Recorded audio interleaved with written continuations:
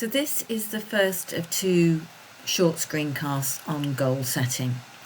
And the idea is that I'm going to give you some background information on what goal setting is, why we do it, and some of the how, so that you can practice it in the session.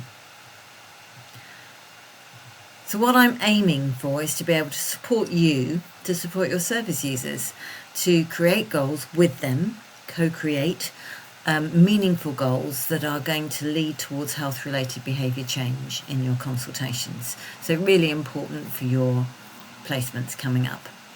So what I'm hoping at the end of the session and with the reading that you'll be able to do is have some of the evidence base and policy around setting goals in healthcare, be able to write SMART goals, and I'll explain a bit more about that later, and to support your service user to develop goals in your consultations. So that's what we're about. So let's start by thinking what a goal is in relation to healthcare.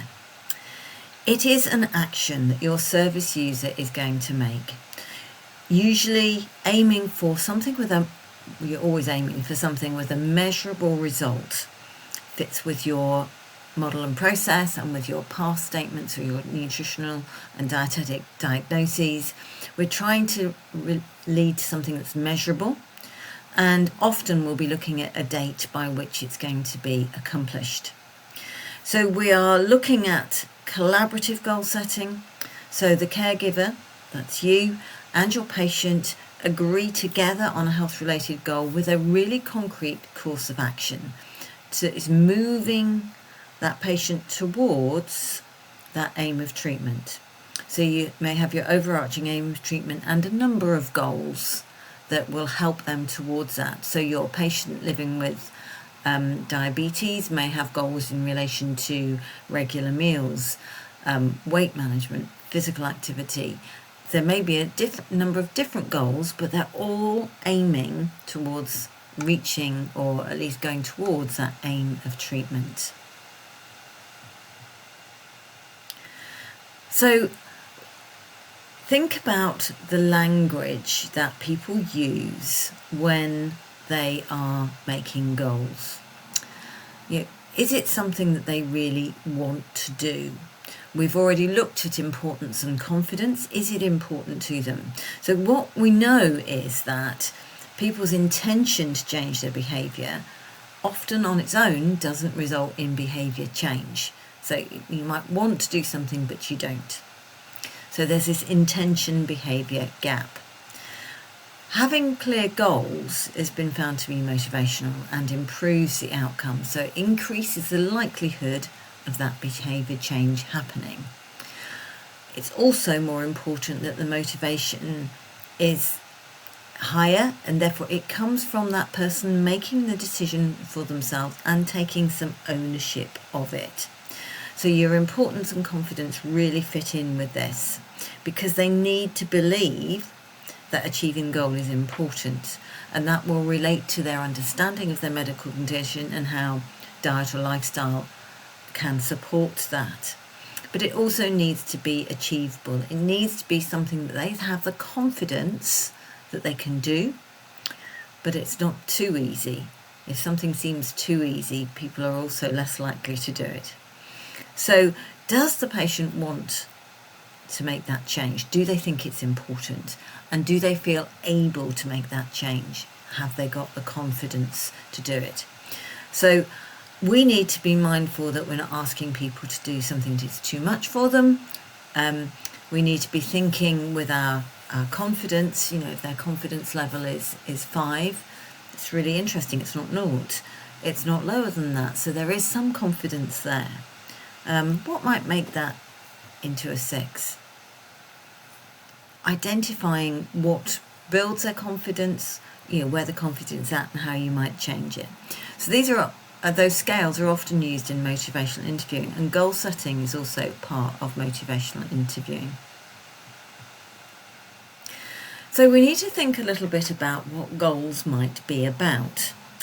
And this is really important in healthcare, and particularly if you're looking at long-term conditions like when people are living with obesity or type 2 diabetes.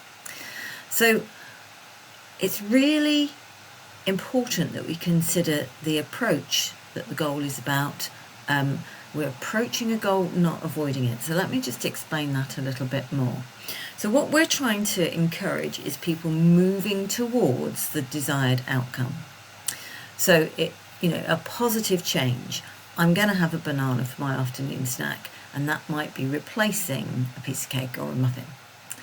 I'm going to start having breakfast for that person who doesn't normally eat till lunchtime and then eats a lot of food at that time.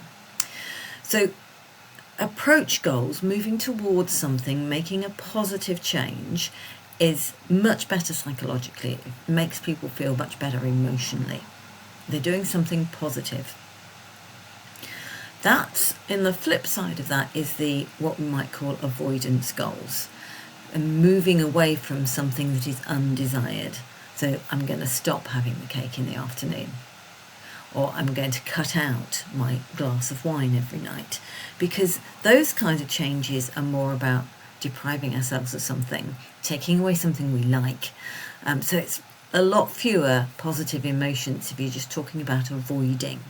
So we might want to reframe things so that we can swap one thing for another. So rather playing a game on my phone after dinner, I'll go for a 20-minute walk. So you're taking away sedentary behaviour, replacing it with activity. So approach is going to be better than avoidance. The other type of way of looking at goals is relating performance versus mastery. Now this needs a bit more research in healthcare, so we need to be mindful of that, but it makes an awful lot of sense in some ways, particularly with long-term conditions. So we don't want to be setting performance goals in the absence of mastery goals. So performance goal might be you're going to lose 4 kilograms in a month. You stick someone on the scales at the end of the month, they haven't achieved it, they have failed. So that doesn't seem a very positive way of going about things. It is judging somebody's ability. Clearly your ability isn't there. You didn't do that. You didn't achieve it.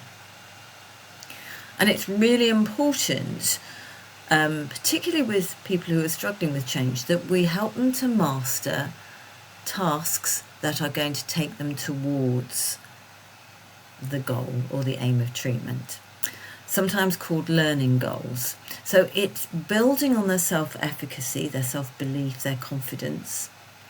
So they are achieving something which is positive, developing skills, and it's seen as an ongoing process of learning, and it helps people to learn to problem solve. So they have to be actively involved in it. It increases their self-efficacy and promotes their ability to evaluate what they're doing themselves. So it's about teaching and learning, and people teaching themselves, because once they've learned how to problem solve in one area, they can probably apply a lot of those problem solving skills elsewhere.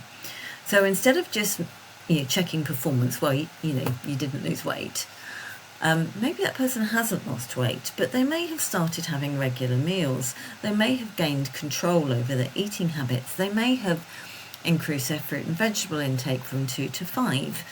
They may have stopped eating as many takeaways and started cooking from scratch. So there's lots of skills-based learning that people can be doing that are taking them towards a healthier lifestyle. But sometimes that doesn't immediately lead to weight loss. So we need to be encouraging people, building their skills, building their self-efficacy.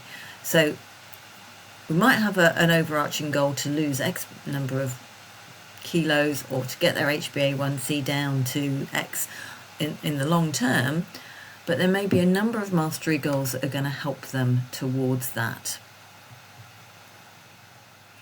The other thing to think about is how difficult or how easy is that goal for them.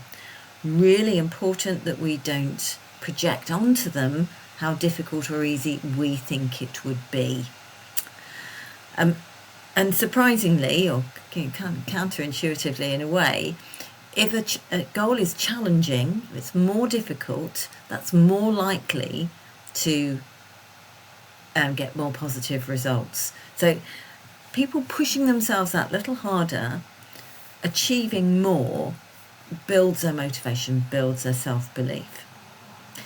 If it's something that, in theory is really, really easy, people often don't try that hard. Yeah, I can do that. I know I can do that, but they don't. So don't make the assumptions. You may need to assess the importance and confidence to help you get the balance right with a goal. Is it challenging enough? Is it going to help people to build their self-belief as to what they can or cannot do? So in our consultations, when we've got someone who is ready to make a behaviour change, goal setting is the next logical step. But we mustn't rush into that. We need to make sure that we fully understood the nutrition issues for that person. We need to affirm what they're doing well. Don't change things for the sake of it. Is it the right time for them to be making changes? Usually people are able to make some changes, but there are times when they're not. So, for example, if you've got someone who's referred for something for weight management, say, but actually they've just been bereaved and they've lost somebody really important to them, it's probably not the right time because they've got too much else emotional going on. So occasionally people will not be in that position, and we need to make sure the door is open for them to come back when they feel more ready to do that. But if they're ready, we can look at the behaviour change and break it down into small manageable steps, and that's really important that we do that. Our goals as dietitians, it might be diet, might be physical activity, or it might be a behaviour that's impacting on either of those. Sometimes, we will ask somebody, so what goals do you think you might want to work on? And they haven't got a clue. And it's really important, therefore, that we've explained to them that link between their medical condition and the dietary changes, so that they know what is important and what's going to make the most difference to their health condition. So, if someone says, I'm going to change my coffee and have decaf coffee instead, well, that might very well help them to sleep. It may not. Some people aren't impacted by it, but some people think, that would be a healthy change. But actually, it's not going to help with weight management.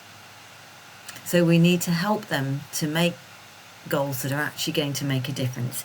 If they change things, but those changes are not going to make a difference to the aim of treatment, they're soon going to lose motivation.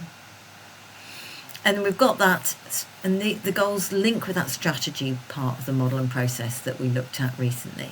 So it's got to be related to correct or resolve that problem.